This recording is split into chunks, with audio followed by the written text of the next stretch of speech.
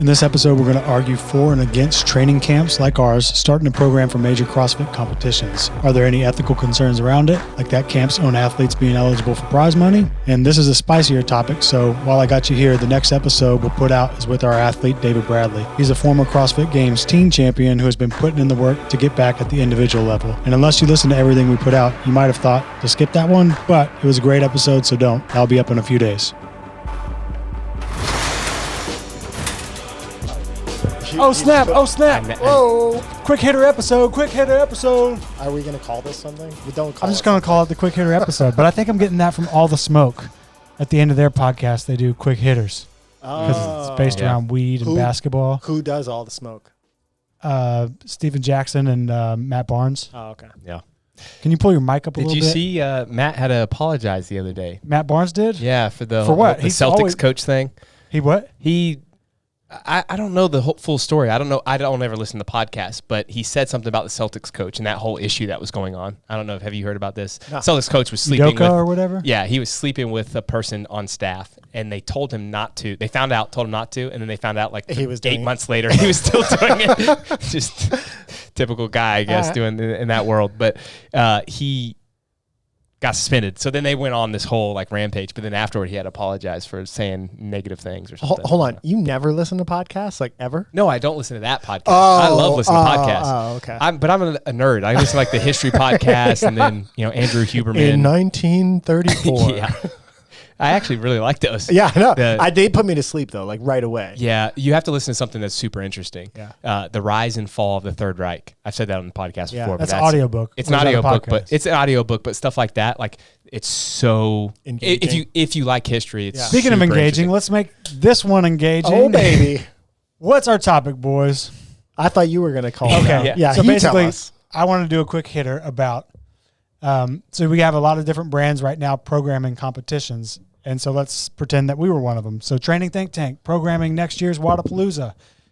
The question is there any ethical considerations to this? Should our athletes then be allowed to compete for that prize money? Just a topic on the thing, since now we're seeing a lot of these brands like camps programming the workouts. So is there something to that? How do you feel about it? Brannen, you kick us off. Yeah, you definitely have. Well, I think the first thing to say is I think it's really good for the brands. Yeah. Mayhem already has a huge brand, so maybe they don't need it, but it is, I think, nice for them to, let's say, program for Legends, because now they're getting into that Masters environment, which again, they already have a huge contingent, but now everything says Mayhem on it. So from the brand perspective, I think that they're looking at it like this is good marketing for us. Yeah. And so I don't fault them for that. I think the challenge does lie in that if you're programming for a competition, the likelihood of your athletes finding out about those workouts is probably higher. And let's say it is higher. Yeah, it is higher. Yeah, okay. And not just them finding out the workouts, but them also getting training progressions for the workouts. Correct. Or you picking the workout knowing what your athletes are capable, exactly, conscious or unconscious. Yeah. Let's say though that they did all of those things above board. They were like, I'm going to make sure that they don't get any of these progressions. I'm going to make sure that nothing looks like this. Just the bias of training and the unconscious bias. Correct. Yeah. We do this all the time. Like I look back at our training, I'm like, man, we really biased this or that. And so then we always have to go back and check and recheck and review and make sure that we change things. Yeah. I think that would even play a role. Like what our athletes are good at may be different than what other athletes are good at. And you're so intimately aware with what those things are because you're looking at the training results. Right. Or you're, in some cases, you're watching people do the training. So you're like, oh, every time a high power barbell workout comes out that's heavy, this person's going to crush it. And you start to see this predictability. I think it would be absolutely impossible to remove your bias in a way that didn't make it that was an unfair competitive advantage. Yeah. And go ahead. I was just going to say, what if there were like 5 or 6 people that all had input though? Yeah. Does that change it? Like if the camp comes together and like for us, let's say it was you and me and then 3 or 4 other coaches and we all just picked one workout. Would that help with the bias? I think so.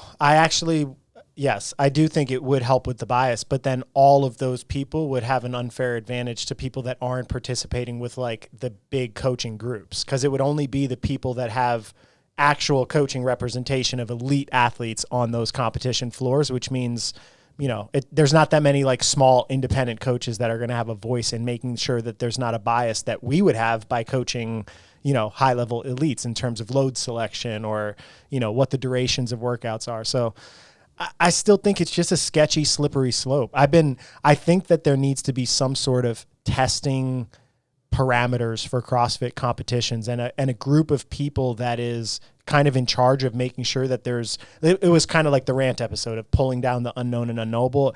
Along that same line, I feel like we need to have some group of people that's involved in trying to determine what does a CrossFit test need to look like to be a CrossFit competition, or if there are these competitions that are huge prize purses, what are we trying to find from them? What's the programming philosophy? Then at least you can challenge that from the perspective of like, okay, a team's going to come on and they're going to do the program. At least there's something to reference to make sure that, okay, well, it is still distributed in this way that makes it the sport. But right now, the predicament is that the coaches would be the best people to be those people. Sure. And the coaches are coaching the athletes, not building the sport, not running the competitions. It's event organizers are running the competitions. Right. Well, the other thing too is that CrossFit hasn't done that for themselves. There are no standards at the games. And so, and I don't think that that's necessarily a bad thing. I get your argument of removing the unknown and unknowable, and I tend to agree with that, but that's not the case. And so since that's not the case, it's like, how can we expect that to go downstream at all? Yeah, that's true. Yeah, because that's just been the standard of like, hey, this is how the sport is done. Well, I guess I would just say I don't really like it. And I've been in a position where I've been asked a bunch of times to program competitions, and now I'm starting to think about it more seriously. Like, okay, well, I want to go to this area and I want to see what the CrossFit culture is in this culture and see and experience these things. And this is a good way to do it. I can go and I can meet people that are directly in the belly of the beast of this community and use it as a networking tool for myself. But the competitions that I've been looking at are small in foreign countries where my athletes aren't competing. So I haven't really had to face what happens if Dubai asked me or something where I would have an athlete in there? I think I would say no. I just don't think that I could do it. Can we run a kind of little experiment here? Let's put ourselves in the shoes where we already were asked, we already agreed we're going to do it, and now we're on the defensive and we're trying to justify to the world why this is okay. Can you flip that switch and do it? Oh, like just create a political or a debate, not a political debate, but but just like defend the other side. Defend it. Yeah. And like, put yourself in the shoes where now you're bullshitting why this is okay. Okay. So for my first argument, I love trying to come up with this on the fly. It would be that the people that run those brands or that are the athletes that are powering those brands have been the most influential drivers of the sport in the media, and them having involvement in it helps create visibility and growth of those professional competitions, which then makes them more likely to be successful and then makes the sport more likely to succeed with them programming it. But still doesn't remove the unconscious bias of it being unfair. No. Hold on. Really dive in. TTT is programming Dubai 2024. And now someone's talking shit about us on the internet. Defend yourself. They're saying it's unfair. They're saying all the things we may have just said. Yeah. Now you switch roles here and defend yourself and come up with all the bullshit that you would say to try to make this okay.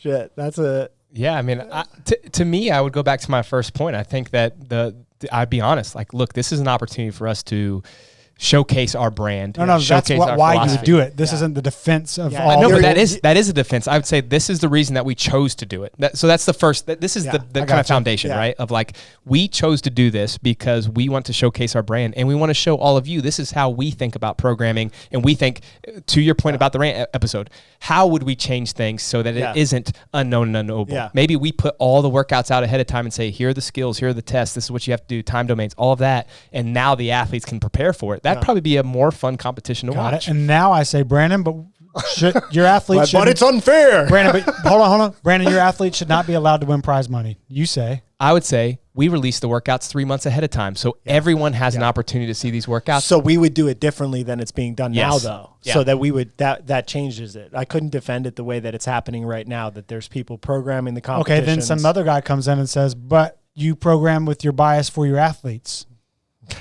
But everyone in the sport has an opportunity for 3 months to train for this.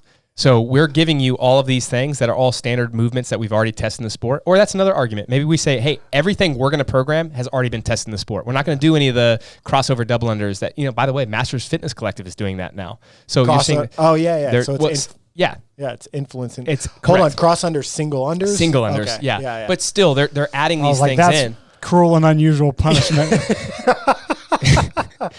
They told everyone ahead of time, so I don't have as much of a beef with it. But my point being is like, what CrossFit does, good or bad, those decisions, they influence. Everything goes downstream, and because of that, then we have maybe bigger issues that we don't think about when they make a decision. Yeah, I can't. You put us on the spot. Yeah. I can't defend it. I just thought it'd be fun. Yeah, I don't think it's my personal opinion, which is just an opinion, and everyone has them.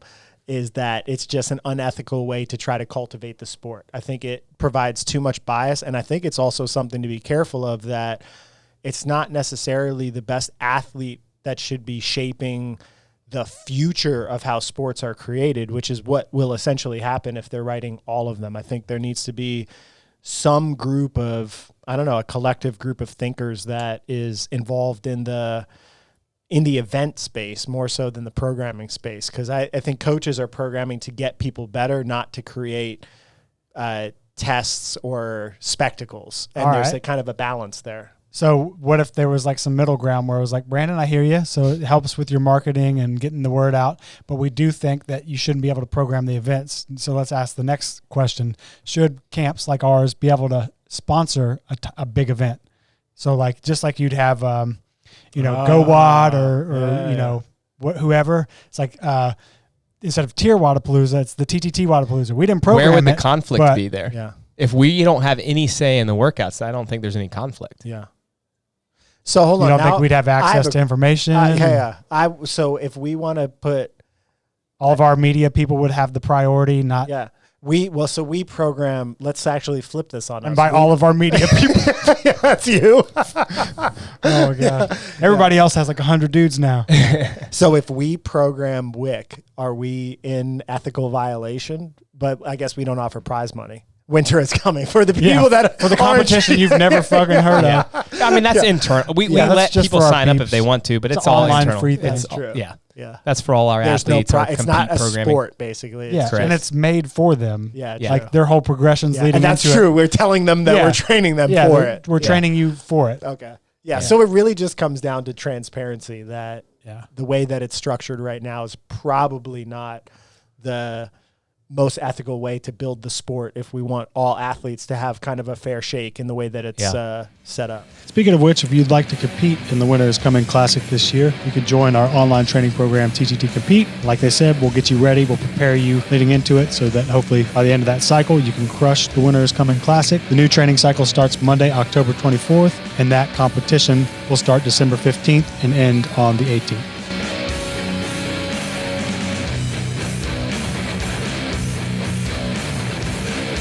Here's another question for you. It's kind of different than what Chris just asked, but that's what the smell is.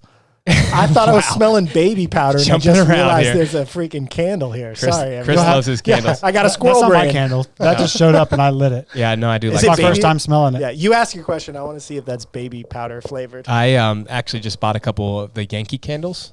Did you get the pumpkin spice? Because it's the right time of the year. I got pumpkin, a harvest something, and then the apple wreath. Which is, that's a good one. Yeah. I like that. I don't like when they have flavors or scents where it's like things you don't know. Like the Gatorades, like, like the Riptide Rush. It's like, come on, dude. Just tell me what it is. A Riptide Rush is? Can you put in parentheses strawberry or something? Okay, well, speaking of, that fucking candle is called Homesick. What? First of all, why would somebody want to smell homesick? I'm so homesick now. I just want to be home. Maybe that was a discount candle, whoever bought it. They're like, we got to get these out of here post-COVID.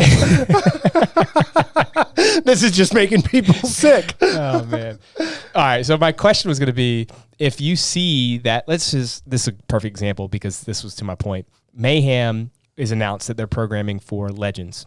And the Legends qualifiers come up. Isn't it at It's Mayhem? At Mayhem as well. But even the qualifiers they program.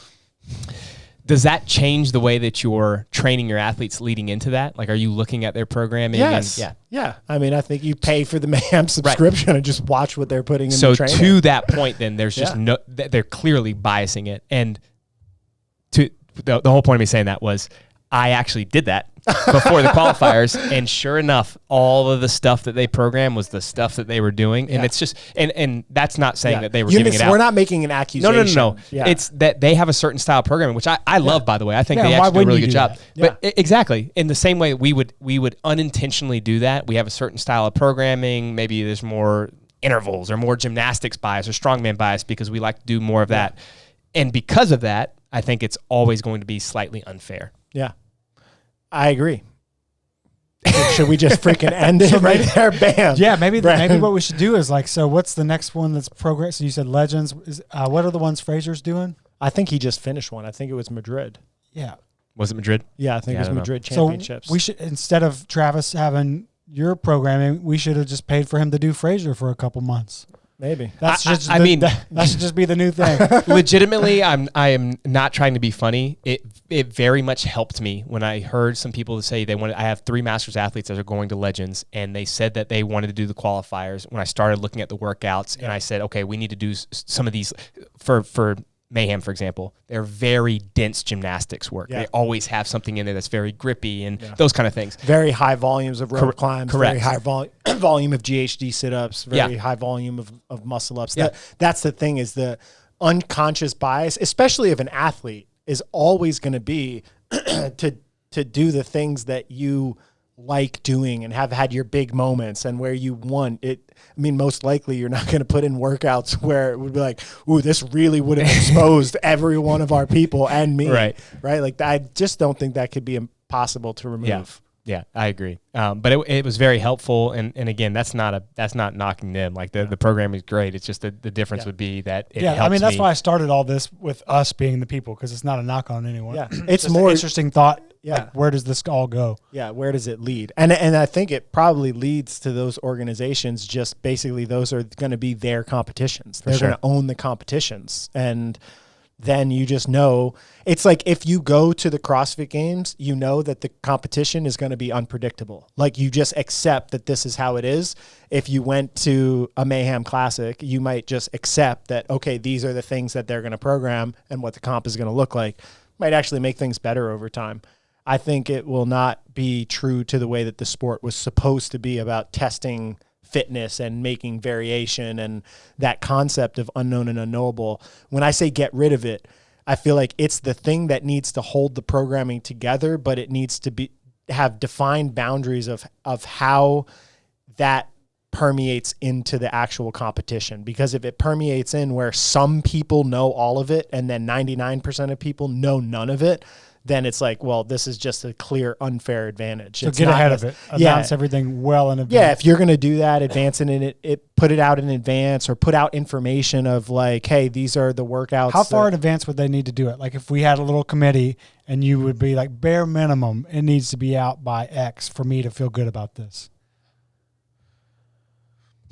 Man, that's hard, because I feel like once that's why we're doing this podcast, doing the Lord's work. I don't know if there's a set time, but I feel like they could just say, like, every year it's Jan 1. That's the start of our quote unquote season. And then at Jan 1, they're dropping everything because the Open is in February and then quarterfinals. And it kind of fits in line with it. And so then after the games in August, they have time to go and review everything that they want to review and see what other things they want to add. And then again, Jan 1 again, they announce everything for the next year, 2024 and 2025.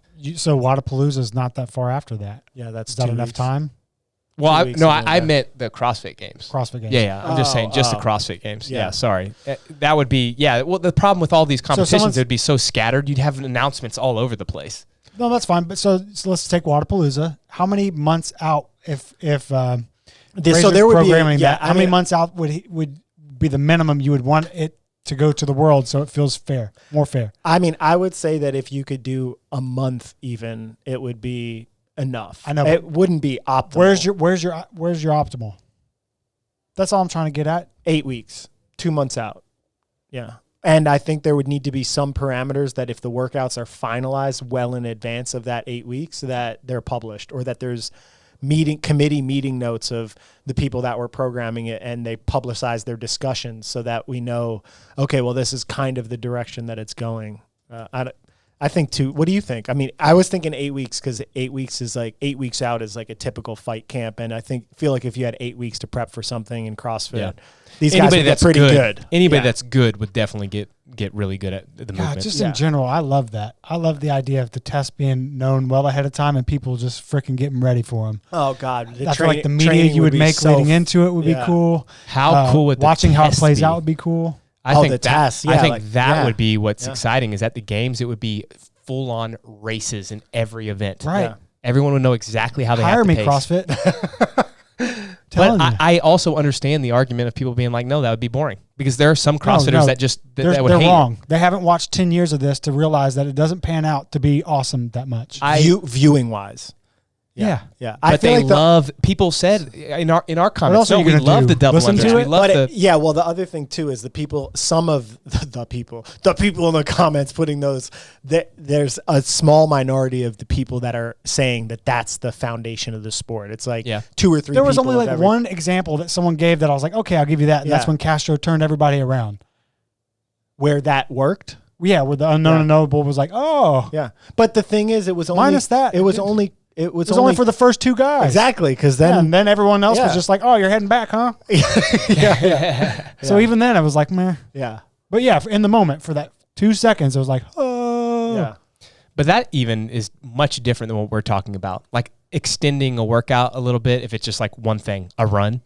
That's one argument. Whereas if it's like, I'm going to throw these 6 movements at you that the people just couldn't do and the judges can't judge. Yeah. That's a bigger issue with the handstand push-ups or double unders. But the issue of what he's talking about, like that run turnaround thing, if somebody knew, it's a huge advantage. Holy shit, I never thought about that. Talking about 3 miles at max effort. Oh my gosh, and someone had to know. You can't tell me that not one person knew that. Yeah, well, somebody from the demo team, somebody from the broadcast. Yeah. Did anybody pass? Were there big moves after the turnaround? I think Katrin was the only person that she was like. Didn't Brooke Wells like? It's too no, long ago. yeah, I think Katrin ended up taking. Like she was in 4th on the way down and 2nd on the way back or something. Noah was 3rd and 3rd. Medeiros and Frazier were 1 and 2. Adler and Quant were pretty much racing the whole time. I think it was Tia, Haley, Katrin, Brooke Wells, and who was the 5th that year? I don't know. Yeah. Maura? No. Whatever. Anyways. So anyway, okay, we pretty much exhausted our topic. Yeah. Are we good on time? Y'all have a meeting right now? Yeah, we have a meeting at 1. What time is it? Dang, it's 1:01. I was going to ask one more question. You can ask one more question. Okay, one more question. Mia who's waiting so for us. back to our point we were kind of making there. Like what if the games on like the week before right before the Open, they announce all the Open workouts. They announce all the quarterfinal workouts. They announce all the semifinal workouts. They announce all the games workouts. What a wet dream that would be. You could just start preparing. Yeah. So that was not a question. That was a statement. Yeah. Tell me how awesome that is and why I'm a genius. Let me give you this leading question, statement, whatever it is. Heck yeah or heck no? Heck yeah. Heck yeah. I to dead horse, I'm going to beat it. Like, just the media you would make knowing it. Like all the camps. Because everyone's real preparing CrossFit for the same thing, how they're preparing. All the fans would have a buzz because you know and all the people in their gyms would be doing them probably or some variation of them. And by the time you got to the game day, people would be so in tune with that workout that you would be like, fuck, I got to see what happens like now that it's high pressure. Yeah. I agree with that. I would really want to watch. It would make you want to watch. Yeah. Speaking of, have you guys watched any good movies lately? You saying beat a dead horse made me think of a movie that I just like forgot. I gotta know what movie this is. It was Django. I watched it. Django Unchained. Yes, and it was just like I haven't watched it in 6 years, 7 years. It was great amazing. Movie. Oh, so good. Yeah. So good. What was your favorite part? Oh, I would have to think about that. But I think actually no, when he's all dressed up in that blue suit and then he goes and shoots the guy. And I don't remember what he says, but it was awesome. You know what I'm talking about? I got to see it again. Samuel L. Jackson was cracking me up in that movie. He was great. Was it Django that has the funniest scene in any movie? I think, does that the one where, what's the big boy from Superbad? Jonah Hill?